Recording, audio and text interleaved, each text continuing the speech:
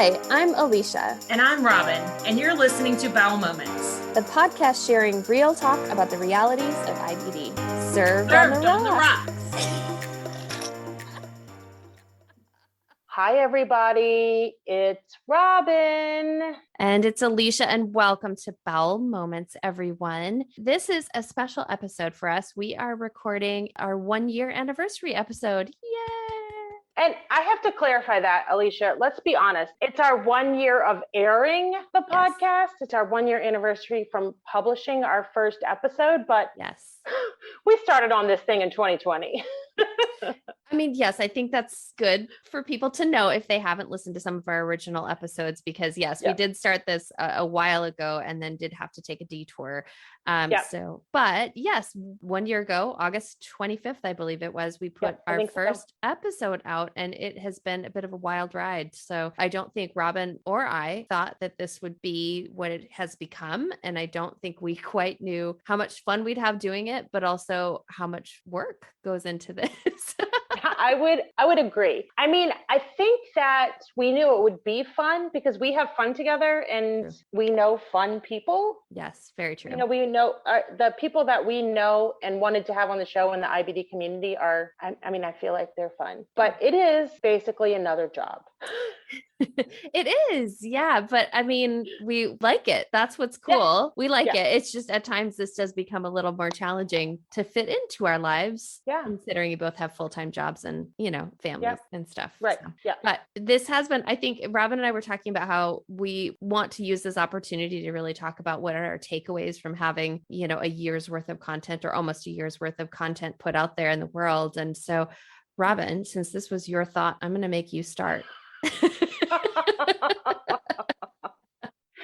Great. I get to go first. I feel like one of the things that I have maybe not learned, I feel like I already knew this, but it's definitely been reinforced, is that the IBD patient community, like, we know our shit. Yep. You know, I mean, I feel like literally. Oh, sorry. Pun intended. Pun intended. I had to, it was low hanging fruit. All right. I didn't even, right over the top of my head. I didn't even get it until you said that. Did not even get it. You're welcome. I feel like we have to become experts in our disease pretty quickly. And I feel like just everyone that we've talked to kind of just proves that. Yeah. I agree. I agree. And I think I'm going to use this word, and I know there's at least 3 people, one in particular, that will laugh, but I have been impressed with how resilient the patients are that we've talked to. Robin knows who that is. Because honestly, like we've had folks on that have had real adversity. I mean, yourself included. I mean, your surgery went terribly awry, and yet you've come out of it with humor and grace and, you know, a little bit more of a kicking butt mentality, I think. Yeah. Not that you've lacked that before, Robin. But it's just been really, really impressive because, you know, even, you know, thinking of somebody like Caroline, who's just, you know, her Crohn's disease just can't stop giving her grief. You know, she is funny and excited about life and living for every moment. And I think that has been really impressive and fun. It's been really fun to hear those stories of people just saying, you know what, this isn't my whole life. I'm not going to let this define me. I'm not going to let it stop me. Yeah, agreed. I think that you should go next. Well, so we talked a bit about patients. I do have to say, especially in some of our episodes that came out sort of June, we had some people on that I have never talked to, like a pelvic floor physical therapist. Like, honestly, I didn't know that was a thing. And I am so happy we brought Smita on because I had so many, like, oh my God, mind-blowing experiences as part of our conversation with her. And she was so passionate about her job. And that made me so happy to think that there's people like her that are doing this job, which is hard to do and sensitive. And she's so positive and uplifting and passionate about it that if you walked in her door and you're understandably nervous, you would feel such relief to work with her. But just the things that she taught us that, like, are ways you can change how you're sitting or standing or, you know, what you're doing to help you feel better is just, I thought that was really pretty fascinating. And then our conversation with Nicole about, you know, the grief wheel and how that is something that that people can incorporate into living with a chronic illness and understanding how they grieve this diagnosis and how they grieve the changes that may happen because of it. I really thought that was very enlightening. And then, and then our conversation with Jamie about marijuana and how it's used in our community and how to work with your doctor if this is something that you're doing. I just feel like we've had a lot of really cool topics, and I'm really excited to see who else we bring in, because I think there are other aspects that we haven't touched on yet. And even I think every episode we are like, oh, we have to bring you back. There's so much more we want to talk to you about. Every time. And I feel like that's every single time. But then I'm also thinking at the same time, like, who else that does this thing could we get to talk to us about this? Like, I would love to bring Smita back because of, just her energy was lovely, honestly. Yeah. And she was so passionate. And I can't wait to bring her back to talk to her about the pelvic floor, IBD, and sex, right?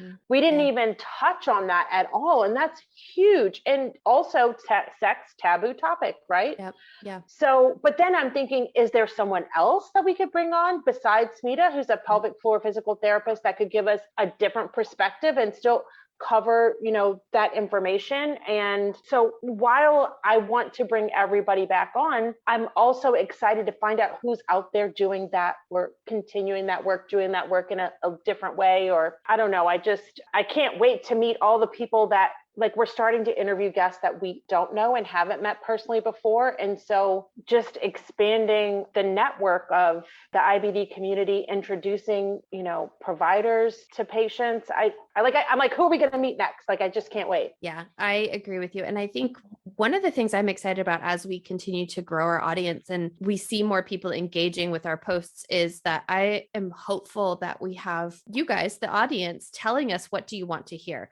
What questions did we not ask that you really want to know about? Because, we want to be able to tailor our guests and tailor our shows to what people are really asking about, because I know we have ideas of what we want to talk about and what we want to hear about, but we're just a teeny snippet of the IBD community, and I don't even have IBD. So certainly the things that I find interesting might not be what you guys want to hear. So I am hopeful that we get that interaction from folks a little bit more. I can assure you that you are asking the right questions, because I'm like, oh yes, I want to know that. Oh yes, I want to know that too. So I've thrown some out there that have just been kind of silly questions, like what's the difference between bourbon and scotch? Like, probably not relevant. The people want to know that too. Maybe not all of the people, but some of the people, surely. And some, I feel like it's information that people need. I think so.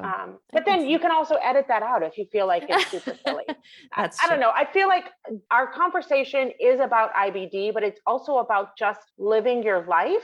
Mm-hmm. So it has to be a little bit about silly things, right? It can't just be every single question is specific about IBD. It's also about how do you live your life. I am a little bit sad when we don't get to sneak the fun facts in about our guests. Too. Yes. But a lot of times we're too busy talking to them about real things. I was editing one recently and I had looked at somebody's fun fact. I'm like, oh my God, that's a fun fact. I'm sad that we didn't talk about that. And so we'll have to start being a little bit better about that, perhaps with other ones. Maybe so. It has been nice, I think, especially for some of our professional guests, for people to see them in maybe a slightly sillier, lighter light and getting to know them as part of their fun fact. So I've just really had such a fun time creating all these episodes. I know I've said fun like 6 times. I clearly need to go thesaurus.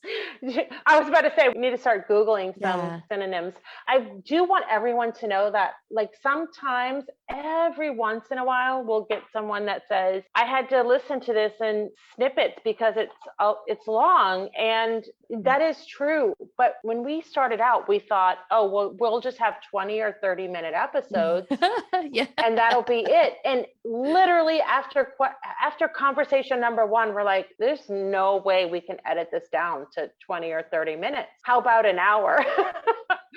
I feel like even when I'm going back and listening to the conversations after you've edited, if you said, hey, can you listen to this before it publishes, or, whatever, I'm so engaged, because sometimes our episodes air a little while after we've recorded them, right? So I go back and listen to it and I haven't heard it, even though I had the conversation. It might be weeks since we had that conversation and I don't want it to end. And so is that just me? Am I just the only one that doesn't want it to end? And the handful full of people that text me and say, oh, this episode was so great, I didn't want it to end. So I hope that there are more people that feel the same way, but it's really hard you're the one who's doing the editing. And I know that it has to be really hard to even get some of our conversations down to under that hour mark, because we really do talk a lot. A lot of information is shared in our conversations, and it's trying to narrow that down, man. I mean, it's a tough choice. When I'm going through the editing, I get to the end and I go, oh crap, I still have 2 minutes to edit out, which that doesn't sound like a lot, but it actually is real difficult. It is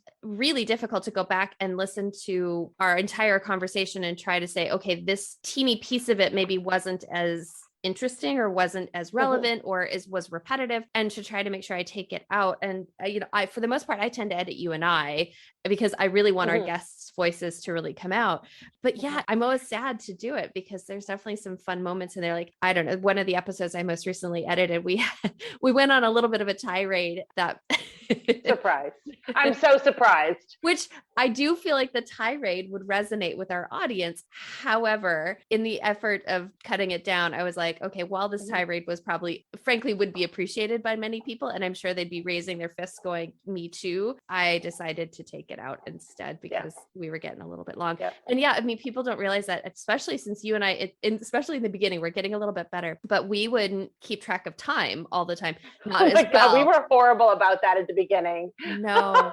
So we would have like an hour and a half talking to people, and you can about imagine there was a fair amount of chit chat in the beginning, blah, blah, blah. But editing down an hour and a half was real challenging. I think I just was like, nope, not talking about that. So, but it's because we've had so much fun. God dang it. Yeah. We've enjoyed our conversations so thoroughly that, and we've caught up with people that we haven't seen in a long time or talked to in a long time. So I think especially in the beginning, that was, oh my gosh, we've gotten better. We've learned a lot as we've gone a lot along the way. Yeah. I mean, I guess a question that I would have, if you are listening to this episode and you want to go to our Instagram page or Twitter or Facebook and comment, like, is there somebody that you'd want us to bring back? Right? Is there somebody that you want to know more of their story? You want the sequel? Because our very first guest, Sam, we recorded that interview in like September of 2020. Is that right? I think so. And so, so much has changed for the show, and Sam's a travel nurse. And so they've been different places, and I would really love to bring them back on and maybe get travel tips, right? How do you travel or move, or, with IBD? Or I think it's going to air after this episode, but we're doing a J-Pouch anniversary episode for Stacy and I don't know when that's going to air compared to this one, but I feel like that's important because you've kind of followed both of our journey through the course of this. And so what does it look like 1 year post surgery? Where are you at? Yeah. What things did you learn along the way? We have had several people that have had J-Pouches on the show, and the J-Pouch community is small. Like, there are not a lot of people with J-Pouches. We just happen to know all of them. I mean, I don't know. I'm starting to feel like we might. I do. Yeah. I think we know everybody. We know everybody all of the J-Pouches. And so I feel like there might be I don't want anyone to be scared about ending up with a J-Pouch. That community is very small. We just happen to have had several people with J-Pouches on the show, and we are about to record our first conversation with somebody who actually messaged us on Instagram and said, hey, I love what you're doing. I'd love to be a part of the show. So that was like an exciting milestone too, to get that message from someone that's like, I think what the work you're doing is important and I'd love to be a part of it. Like, I was doing the chair dance when I read that message on Instagram. Yeah, that was really fun, because at some point you and I will run out of people that we know. It may take a while. I think that's going to take a little while. It may take a little while, but it is nice. I mean, it's also, that is a piece of this that's going to be really, like you said, another milestone for us, that, we're talking to people that we really don't know and getting to expand our interview chops, because the people we're talking to, we already kind of know what we're going to ask them. We already have ideas of what we're going to ask them. And so I'm looking forward to talking with her and trying to see how well we really do. Yes. And also, like, my physician emailed me, my GI emailed me and recommended somebody to be on the show, right? I mean, that was pretty exciting too, Yeah. to know that my personal doctor, my personal GI listens to the show and then thought so much of it to say, hey, you should get this person on your show. So we're going to talk to that person soon too. We haven't recorded that episode yet. Yeah. I mean, like we got a sponsor. We got a sponsor as well. Yeah. Like, our first sponsor. I will say too, that I know that when we started and we made the joke about, we were joking initially about drinking while doing this. Oh yeah. But everyone who has come on as a guest has loved it. Like in our communication leading up to the show and stuff, it just makes it more fun for them and for us. I do notice our conversation gets a little looser by the end as well. So well, and also depends on what we're drinking. Yeah. I mean, what the guest is drinking. True. That plays a part in that part too. Yes, it does. Yes. All right. So question for you then, Robin. Yeah. What is a way that you want to change our podcast moving forward into our next year? I feel like we are, you've said this, like getting better with every time we record. So I feel like we do a good job of dividing and conquering responsibilities. For me personally, I would really like to, and this is kind of a behind the scenes thing, I would like to improve my process of communicating with our guests to help prepare them for the show better.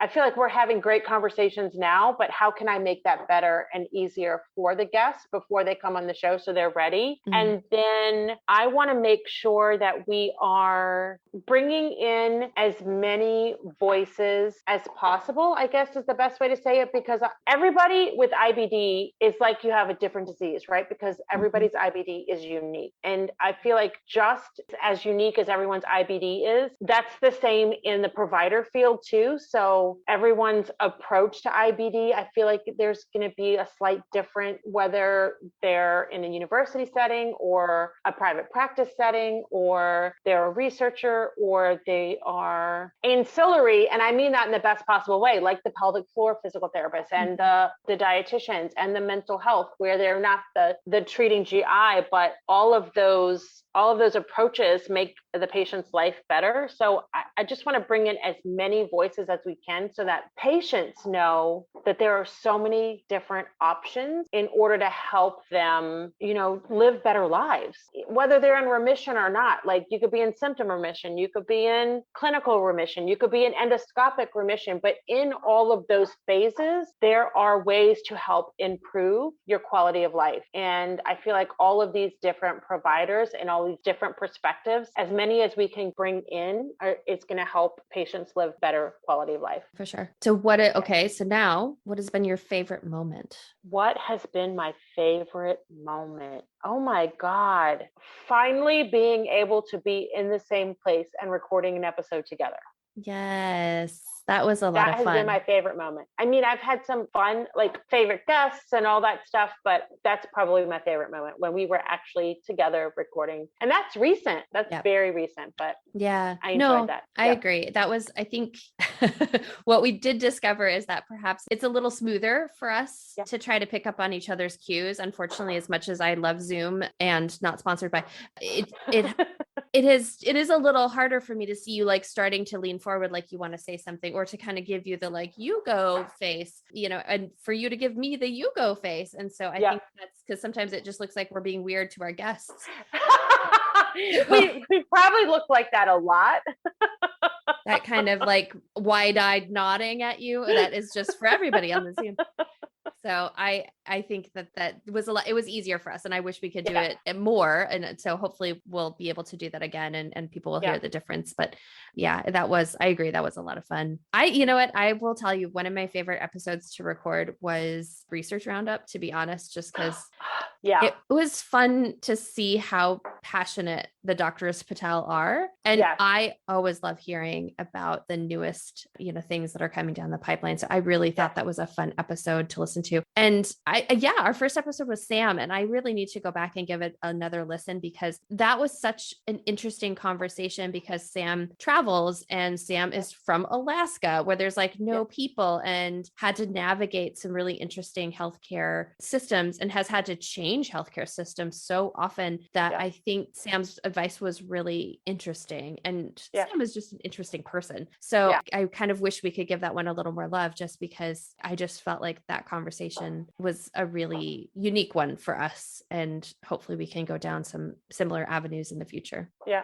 I mean, I loved our conversation with Grady too. Such a passionate patient advocate. So many good nuggets of things that you can do. He is one of the most like articulate, creative, and the way he communicates is just so remarkable that I could talk to him forever, just because his way of speaking is like talking to a poet. And it's because he's a writer. You can tell, you know, his vernacular is just so broad, and he brings such colorful language in when he's talking about his experience. And he's so incredibly empathetic, and you can see that as he interacts with our community. So I agree with you. Some of our early episodes, I think I would almost love to go back and redo them, just because I feel like, especially as you and I have gotten more comfortable and gotten more confident, I think we could have had slightly different conversations as well, and just asked, you know, different questions.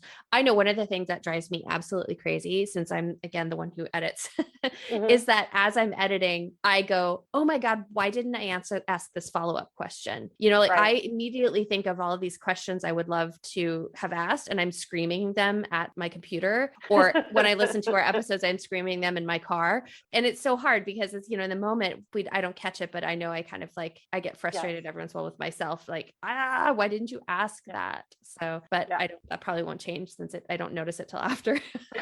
Well, with you saying that, like, I feel the same way when I'm doing the marketing, and there's so many good nuggets that I could download like snippets of to promote. And then I don't want to say overwhelmed, but it's so hard for me to choose that sometimes I'm just like, I can't choose. Like, I just can't choose which one to do. And then I don't end up doing any. So that's one thing that I am going to do better, but I'm just going to pick multiple ones, and I'll just have to we'll just have to have tons of little 60-second snippets or 30-second snippets from the shows in the marketing. So everybody look for us to spam you with all of our I mean, I hate that. I don't want to spam anyone, but I feel like, you know, I need to give them a taste so that they'll go in and be invested and want to actually spend an hour of their time listening. Yeah. Well, Robin, yes. Cheers to 2 years of us working on this podcast. 2 years. I think it's Alicia. been like 2 years of us working on this, but cheers to us launching our first episode 1 year ago, because it's not a full year of content. We are rapidly learning. It has been a wild ride.